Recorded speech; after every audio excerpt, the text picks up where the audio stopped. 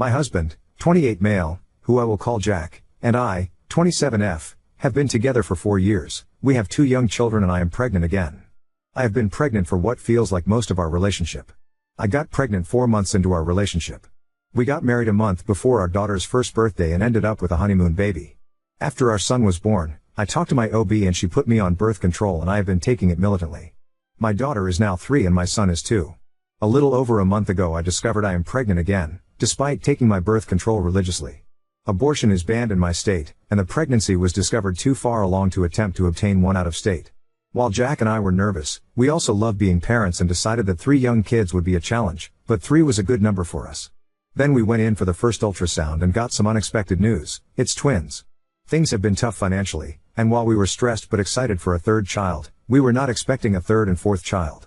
Beyond the finances, I am the primary caretaker and I know that twins is going to be a lot. 3 children under 5 is already a lot, but 4 children under 5 is going to be really difficult for me.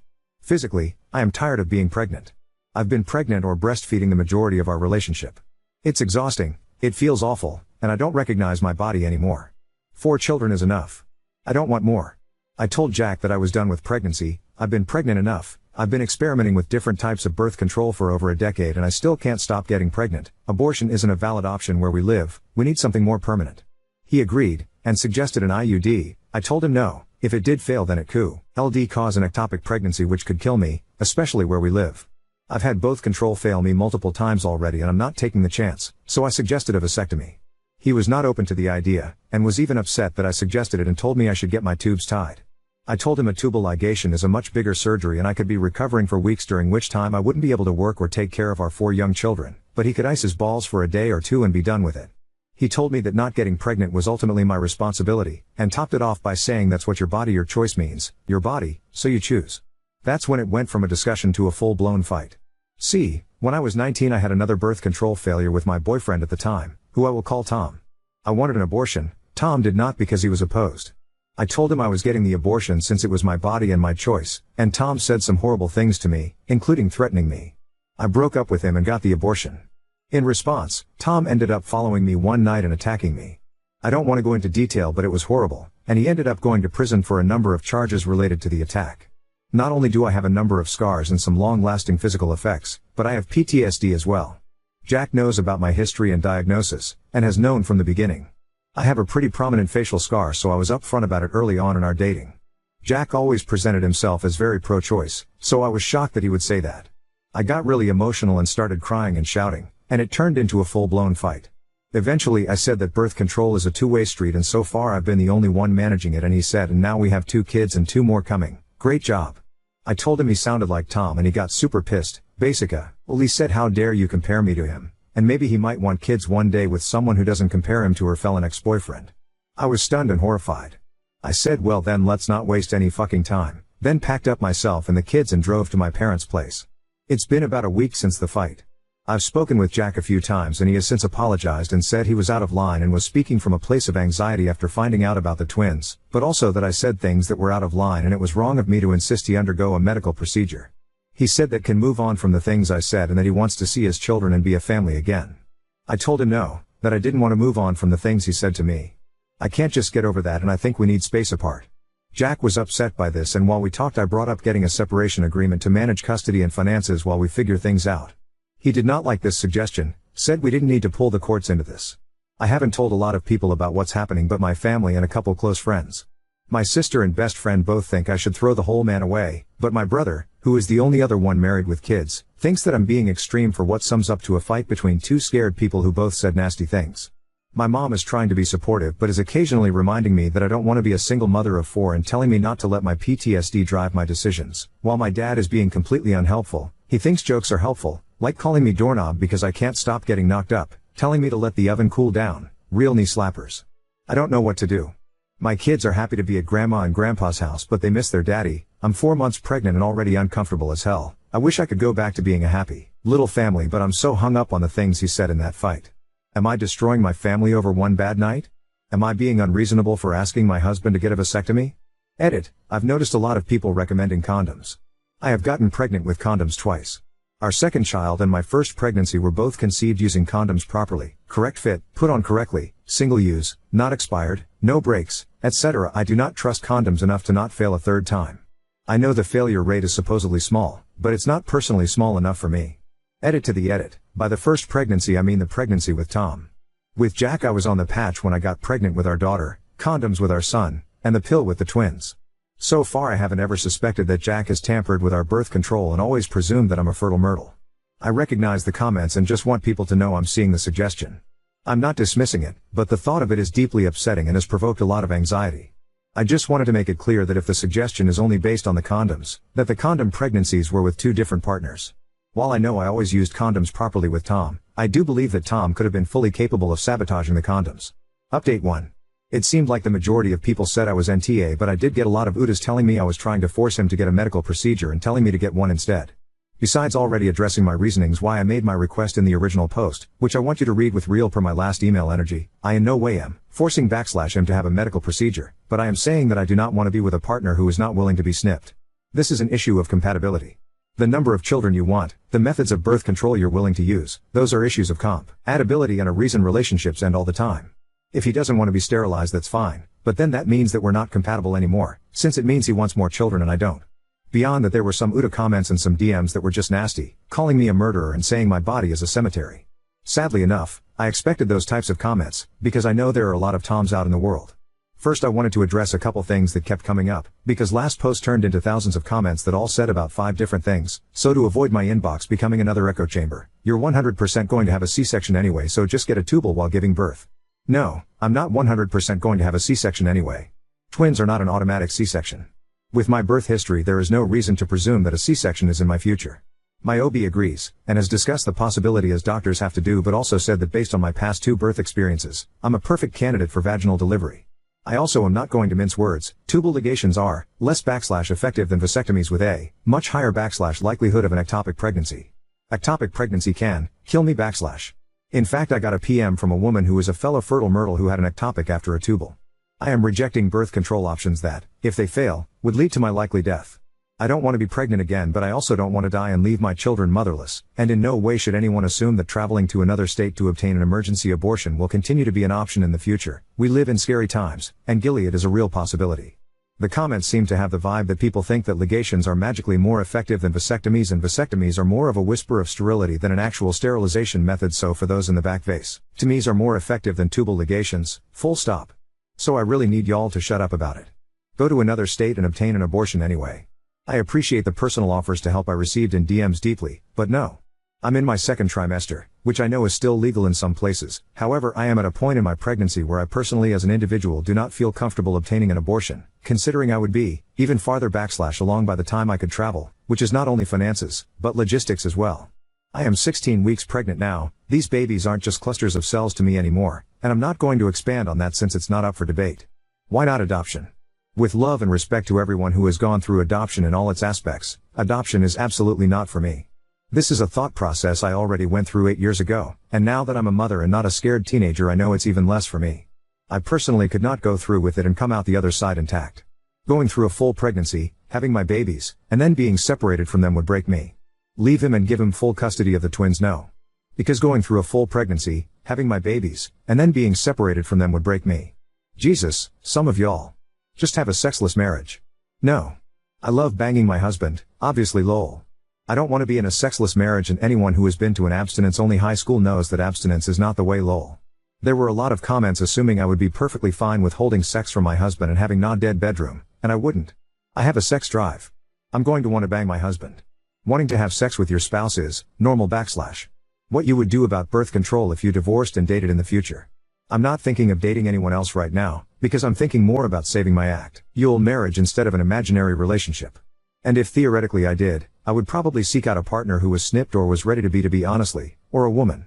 I'm bisexual, so there's a very good chance that my future partner wouldn't have the right parts to knock me up anyway lol.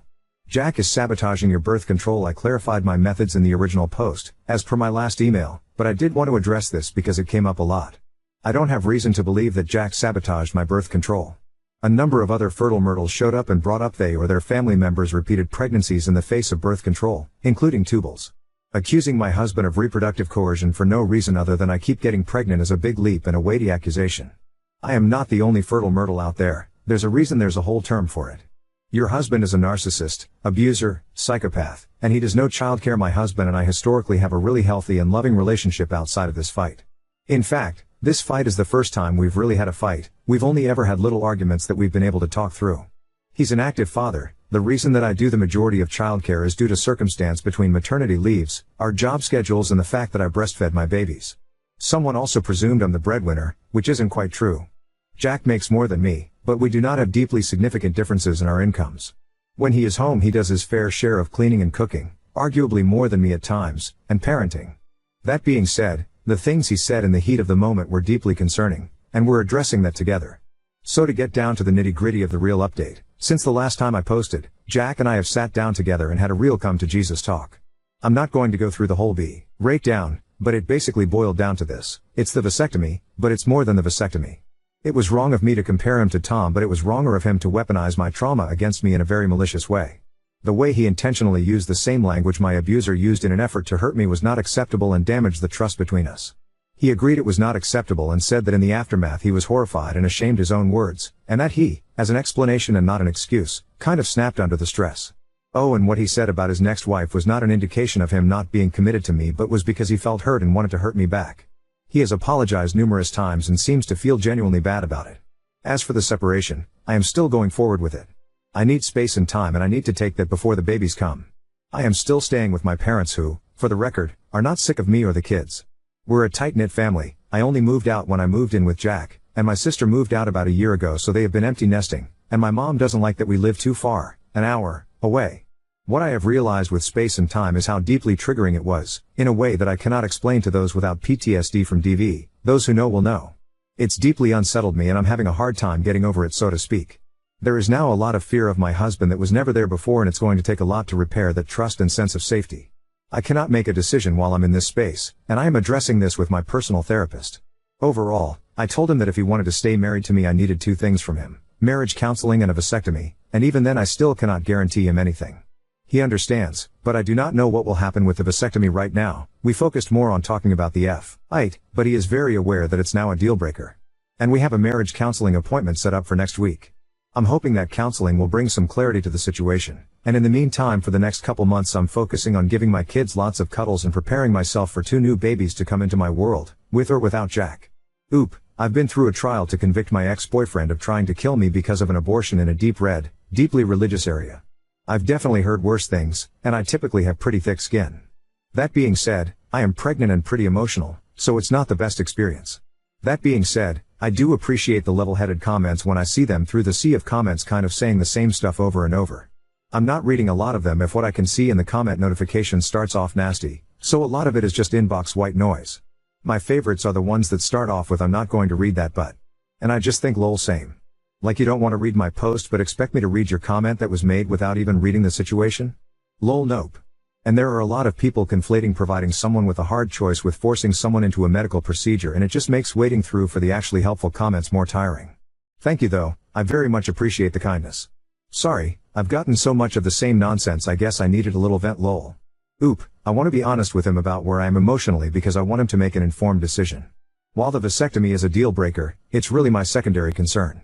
My primary concern is the way he acted during the fight and his intention exploitation of my trauma because he was mad and scared. I think that telling him get the snip to stay with me and then deciding to leave anyway because there are deeper issues, and or I don't feel safe anymore, would be cruel. He deserves to have the full picture before he makes a choice, doesn't he? If he doesn't want the vasectomy, that's his choice. It's not what I want, but it is what it is. If he wants to call it quits at 4 kids, then it is what it is, and if he secretly wants to be the next Nick Cannon, then it is what it is. He should be free to do that. That is part of why I don't know where he is on the vasectomy right now, and we didn't really discuss it much when we talked. I'm focusing on discussing the bigger issue for me, which is trust and safety within the relationship. The only way for him to make an informed decision about whether or not he get a vasectomy is for him to have all the information about the situation. If that makes him want a vasectomy less, then it is what it is. It's not about making him want to have a vasectomy. It's about being on the same page. Update 2. I kind of haven't wanted to update because I know a lot of people felt a lot of different ways about the original posts. I have still been consistently receiving comments since I posted last, so I figured it was worth updating, because a lot has happened. Since the last time I posted, we went through with the separation and kept 50-50 custody, though we did only share this with those closest to us. We also started going to couples counseling weekly, and TLDR, we both had a lot of stuff to work through. And we both put in a lot of work. I'm not going to share what his reasoning for his aversion to the vasectomy was, but he did share with me, and he did have some beliefs about masculinity that he had to deconstruct. We did a lot of work at the heart of the issue, which was his weaponization of my trauma in a fight. That was always the biggest issue, far more than the vasectomy. We did a lot of work around that, since it did open up the doors to a lot of deeper stuff with us both. We stuck to the agreed upon separation time, since we both wanted to wrestle, well, this one way or another before the twins are born. While we did the work with our therapist, we did not talk about the vasectomy during this time outside of structured discussions in therapy, and our therapist believed with our situation it was best that Jack's choice to snip or not be a non-discussion so we could focus on the real deeper issues at hand. It did help focus discussions to be more productive, but it did mean I've been in the dark about it. There's been a lot of soul searching, a lot of come to Jesus discussions between Jack and me. There were things he said in therapy and in conversation that lead me to believe he is deeply regretful of his words, understands the gravity of them, and is doing the work to never do it again. He hasn't once said anything that reinforced those ideas or implied he truly believed what he said. I've been open to and listening to his words, while also being aware it could be lip service. The agreed upon separation is at an end. We had our final therapy appointment within the separation period recently, and some things have happened during this time with our families that have provided a lot of complications and some clarity. Jack went through with the vasectomy. He iced his balls for a day and was fine. No, I did not force him, it was his own decision. And no, I did not end the separation immediately after he did, and yes, he knew that was the case that when he did. We still did the work. He is not castrated, he is not emasculated, he is the same man he was before, just shooting blanks, and he did not develop some rare disorder from it. He actually got snipped shortly after we started therapy, and couldn't tell me because of the vasectomy talk moratorium. He did not get snipped to have sexual access to me, he didn't, and I'm still freaking pregnant anyway. He did not do it to save the marriage, and we still did the work and are doing the work. We are going to continue therapy together and in the process of reunifying. So we are still together, my husband is snipped, but now we have some really difficult decisions to make about the viability of living in this state and raising our children here. Following reunification, our next big hurdle to jump is what to do about living here. This is something Jack and I have been talking about in passing for a couple years and again recently. This is not something I've blindsided him with, this is not brand new information, this is actually a conversation that's been going on for years between us and just happens to be coming to a head around now, since most of the reason we've stayed has been to stay close to my family. His family is more spread out and less close.